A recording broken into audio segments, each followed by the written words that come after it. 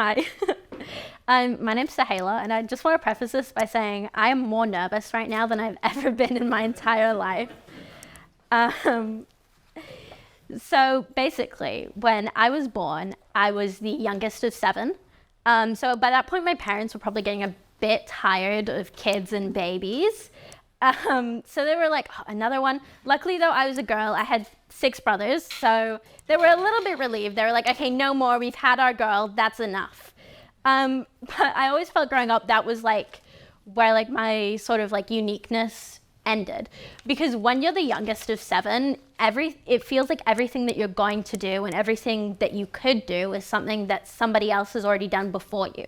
You know, every time I would do something, your parents would go, "Oh, it's fine. Like, we've been through it all. You know, I know exactly what teenagers are like. I've had 6 of them before you." It's like, okay. So I just always felt like I had to like find something that made me different from all my other siblings. And for me, the thing that I felt like put me apart was reading. Since I learned how to read, it was something that I never wanted to stop doing. It was something that came like, it was so easy for me. Every time when I would feel sad or mad or frustrated, I would just start reading, and it would felt like all of my like anxieties would just melt away. All those anxieties that you go through as like 7 years old. And so education was always something I found super easy because of just this like repetition and these like coincidences. When I got to year 7, I was sort of riding that high. And the first test I did in year 7, was one I got 1 mark away from 100% on, which was like a big deal for me. I feel it's probably a big deal for everyone. But the teacher at one point, when we were going through the test as a class, said, "Raise your hand up if you got question 10 correct." And I raised my hand up and I looked around, and I was the only person who had their hand up. And that sort of, I can't lie, that made me really full of myself. Like, I was like, okay, clearly like education, this can be my other thing. You know, I've got reading and I've got this. I'm like the smart one. I can do school. I don't have to put that much effort into it. And I think that was probably the start of my downfall. I can't lie. It was like around this same time that I started to like put like a lot of my value into my education and being like, well, like it's fine if it drops a little bit, but as long as I'm doing well overall, it's fine. I'm fine. And it was also around this time I stopped like reading for fun. I would only read if it was like an assignment or something like that, because I just felt like I didn't have the time for it. In year 9, COVID hit, which was like, I think one of the worst things that could have happened. And I took it, it was a really hard experience for me as somebody who like never really felt the need to study before, because I just didn't study. And so having to do all my work at home was just really hard for me, because I didn't know how to set like healthy study goals and how to work at home, because I'd never really done it before. So my grades slipped a lot. It was around the same time that like I started getting like a really bad anxiety and depression, and it was not really a fun time, if I'm being honest. It was also around then that like I started with like self-harm. And at the time, I didn't really consider it to be self-harm, because I felt like the real way to like self-harm would be if you like cut yourself. Obviously not true. Year 10, I went into that year with really low self-esteem. My grades were sort of at an all-time low, and my self-esteem matched that, because I just felt so like useless, because this thing that I had made my entire personality was something that I no longer had, and I didn't really know how to cope with that. And so I started believing like I as a person wasn't worth it. And one incident that really solidified that was my 16th birthday.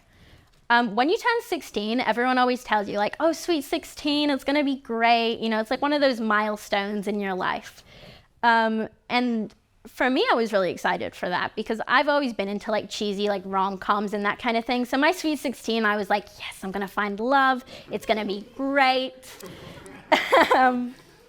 So I planned this like little intimate birthday party with some of my friends where we were going to play this murder mystery game that I'd ordered online for like $50, I don't know. And as the date got closer, one by one, all of my friends started to like drop out of going.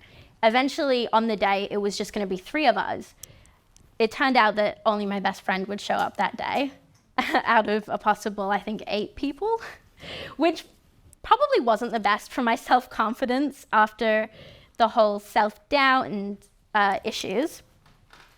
And it was around then that I started doing what I considered to be like real self-harm. And I just felt like I wasn't worth the effort, because if other people couldn't even see me and value me enough to show up to my birthday, like why am I putting that effort into myself if no one else can see? Like, yeah. But in year 11, I went in thinking like, if I can't have like friends, I'll at least, I'll try and get my grades back up, and I'll hopefully at least have this one thing. And that was really hard to do because I have still been having so much anxiety, especially around school.